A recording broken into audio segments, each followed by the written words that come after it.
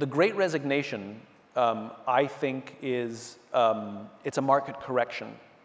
You know, we know what happens to public markets when they become unbalanced, right? Laws of nature intervene, and there is a correction. That's what happens. And I think what we're experiencing is a massive correction in the labor market, where for too many years, let's be honest, companies have taken advantage of their people, especially low-level employees, because they could. And they actually had attitudes like, if you don't like it here, get a job somewhere else. You know? And we didn't treat people as human beings. We treated them as line items, disposable line items. And the front lines suffered the most. You know? And that balance got more and more and more tipped. And now what we're experiencing is a great correction, where now labor has much more influence and says, and thanks to COVID, says, I don't want to be treated this way, and I'd rather have no job than this job. Now remember, prior to COVID, fear of the unknown was enough to keep somebody in an okay job. Doesn't mean it was toxic, it was just fine, right? But like, who wants to be in a fine relationship? You don't mean a fine job either. Like, how's work? That's fine. You know, how's your marriage? That's fine, right? But the fear of the unknown was too scary. Why don't you quit? I would, but I mean, I don't know, right? And then COVID happened, and some people were furloughed, some people lost their jobs, some people didn't lose their jobs, but they were filled with fear, and we made it through.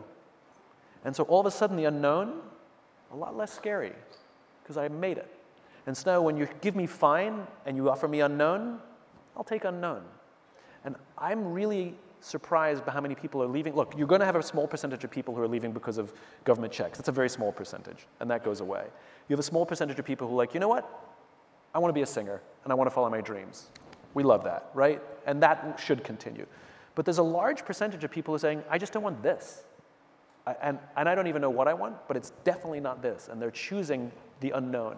And so I think it's a huge shot across the bow to most companies that you've not focused on culture and leadership for far too long, and you better fix that, because this is kind of an environment of your making.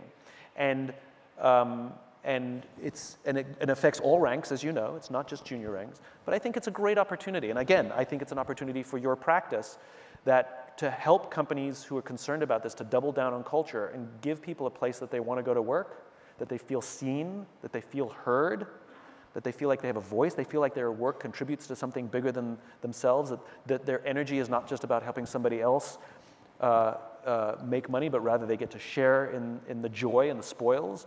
I think it's a huge, huge opportunity for your practice to teach companies how to do this. I think you're used to solving business problems while ignoring culture problems. And look at a lot of the unicorns, whether it's Groupons or Ubers or GameStops. I mean, pick your, not GameStop. I mean Robinhood. Robinhood, yeah. Pick your unicorn. Almost every single one of them, the reason things got shaky had nothing to do with the business model. It had everything to do with the leadership and the culture, and the fact that they were completely ill-prepared for anything going other than perfectly according to plan, which, as it turns out, no plan ever goes according to plan. I think it's a huge opportunity for you to actually change the face of how business works and react to what companies we know struggling with.